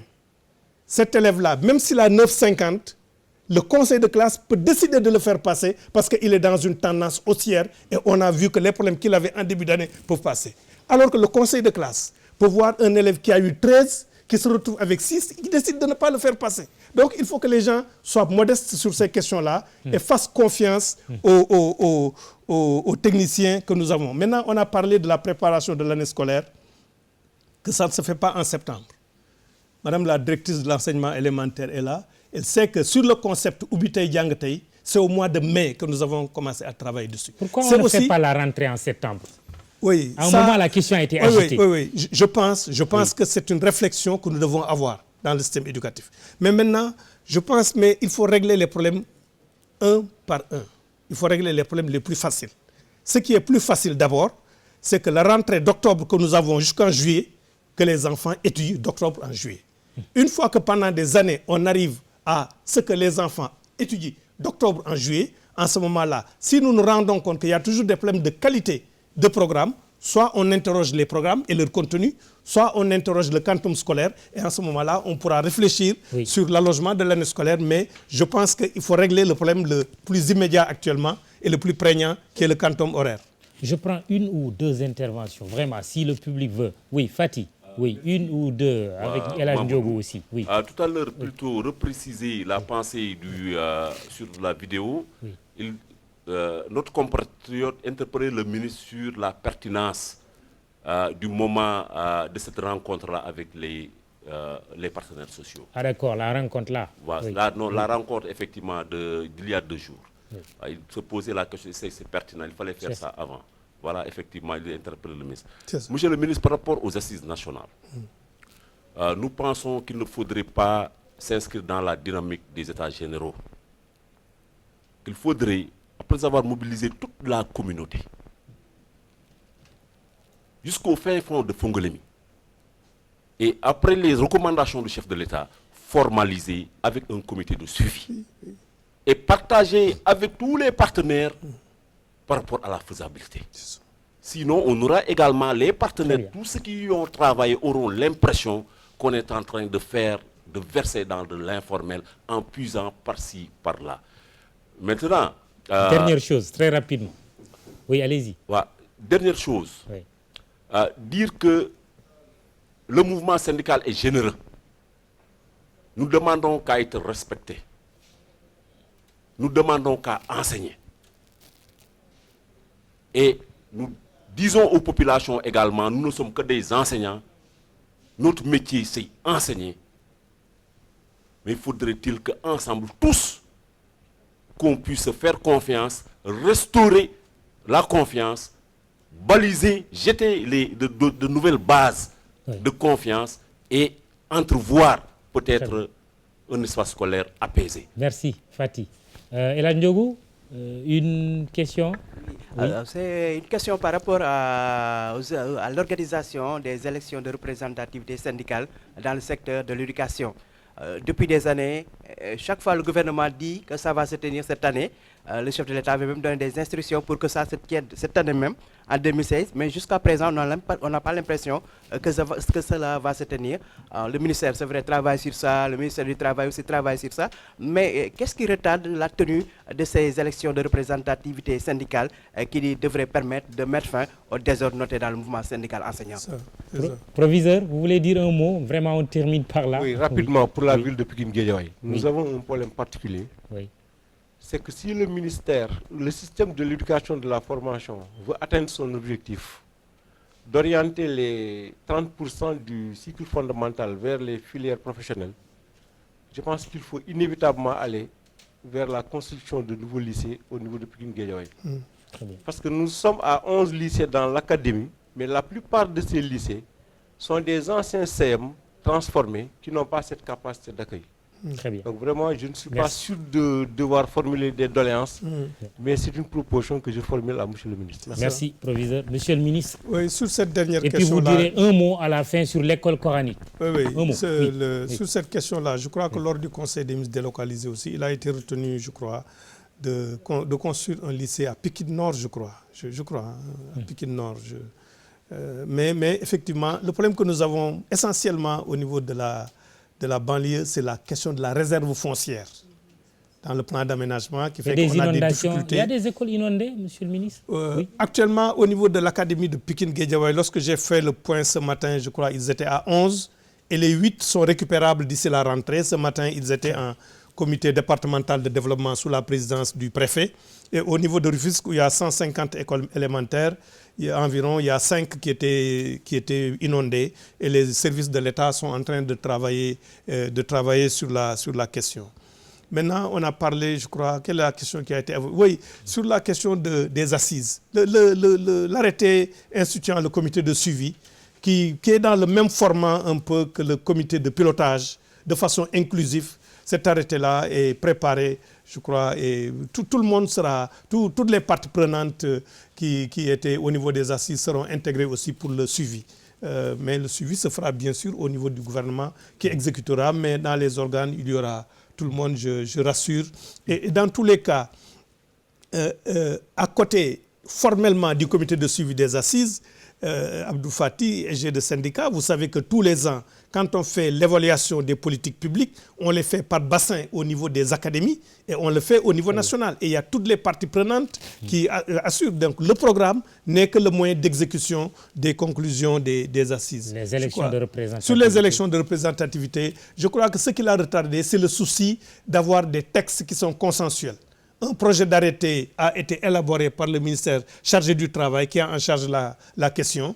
Ce projet d'arrêté a fait l'objet de partage avec les organisations syndicales. Je crois que c'est revenu au niveau de l'administration qui a intégré des observations. Je crois qu'il y a eu une autre rencontre avec les organisations syndicales. C'est une fois que le cadre normatif pour organiser les élections sera arrêté de façon consensuelle pour qu'on soit d'accord sur les règles du jeu. C'est en ce moment-là. Mais je pense que l'importance de ces élections pour la stabilité du système éducatif fait qu'il faut prendre le temps suffisant pour essayer de les organiser sans contestation. Njangum Dara, école coranique, je vous autorise à le faire en wolof, en quelques mots, et ce sera la fin. waaw ci loolu d'abord xëy na war nañoo invité sax koo xam ne kii moo fi toogal daara yi. mu toog aussi ci émission bi parce que lu am solo la ci suñu jàngu Sénégal. xam nga ci suñu sukkandikoo ci Sénégal dafa nekk pays laïque moo tax 1960 ba léegi. nguur gi masula dugal ci politique am ni mu ko war a dugalee toppatoo ñi nga xam ne ñooy jàng ci daara yi loolu nag bi ñu defee paquet bi ñu xool na que ne pour que am na ay xale yoo xam ne yi taux de scolarisation bi mënula yegg 100% parce que seen waajur yi li ñu tànn mooy pour ñu dem jàngi daara ñu seet donc nan la ñuy def di lëkkalikoo xale bi mu jàng daara mais am aussi yeneen façon xam-xam. te loolu sëriñ daara yi sax ñooñu ci jiitu parce que ñoom fi mu nekk nii dañuy def ay école xale bi jàng tari alxuraan ba pare ñu yóbbu ko ci franco arabe ñenn ñi sax yóbbu ko ci formation professionnelle. nguur gu ne war na koo dugal ci politique am. ci ñaari anam waaw def réforme. bu njëkk bi mooy tabax ay daara juróom-benn fukk ak ñeenti daara yi ñu war a tabax ci biir PAMOD entreprise yi leen di tabax jàpp nañ leen ba pare. Normalement ci ay bés yi di ñëw AGETIP mi ñu ko dénkoon ci la war a démarrer liggéey bi jàpp nañ ko fi ñu ko war a tax ñëw na xaalis bi teew na beneen bi moo doon nguur gi su bëggee dugal alalam ci daara il faut que mu teg ko ci ay charte ndaxte alalu réew mi la parce que école privée pour ñu jox leen subvention dañ ko teg ci ay charte naan dañ lay jox subvention boo xam ne bii dañ koy teg ci sa limu ndongo daara dañ koy teg ci sa limu jàngalekat dañ koy teg ci sa limu ñi am examen. ak li nga fay jàngale. li nga fay jàngale. parce que da ngeen ragal ay mbiru terrorisme. du loolu sax je pense que ne suñu réew am na ay mécanismes quand même ak confréries yi yoo xam ni danañu aar ci loolu bien que Sénégal yi yëpp ñoo war a vigilant mais bi mu amee ay jafe-jafe ci charte yi ak fédération bi ngànk daara yi mu am ay xiroŋaay gouvernement bi ne leen waaw comme lu ñu bind la dañ leen koy jébbal ñun li ñu yéene mooy rek ñu teg ko ci ay charte soo leen amee loo xalaat ne mën nga ko cee dindi ñu dindi ko ci luñ ci war a yokk ñu yokk ko ci lu ñu war a bind leneen ñu bind ko ñoom bi ñu defee seen liggéey ba pare seen kayit bi nga xam ne mooy wane seen gis-gis ci loolu jébbal nañ ma ko jox naa ko inspection des daara am na yeneen xalaat yuy jógee ci yeneen kuréel ci réew mi inspection des daara ci fan yi di ñëw dana def benn atelier ñooñu ñëpp ku indi seen xalaat ñu seet nan lañ koy dugalee ci sart yi suñ ko dugalee ci sart yi dama am naa yaakaar ne dana mën a indil dara yokkute suñu réew ci njàng mi. Merci, Monsieur le ministre. On va souhaiter une bonne rentrée scolaire. Je me suis pas adressé à mes élèves. Oui. Je voudrais leur souhaiter eux aussi une très bonne année scolaire. Oui. Et souhaiter que le lycée Limamoulaye, qui a eu l'honneur d'être ici représenté aujourd'hui, puisse continuer dans cette lancée, d'avoir de bons résultats. L'éducation est le meilleur moyen de gommer les disparités et les inégalités sociales. Vous avez la chance d'étudier, il faut en profiter. Je vous souhaite une très bonne année scolaire et à tous les élèves du Sénégal. Merci. L'école Mariama Ba, la première école, devrait être là également. Malheureusement, cela n'a pas pu se faire. C'est fini pour les affaires de la cité de ce mois, consacrées à la rentrée scolaire 2016-2017. Merci à toute l'équipe technique autour du réalisateur Tonton Mac. Rendez-vous le mois prochain. Bonsoir.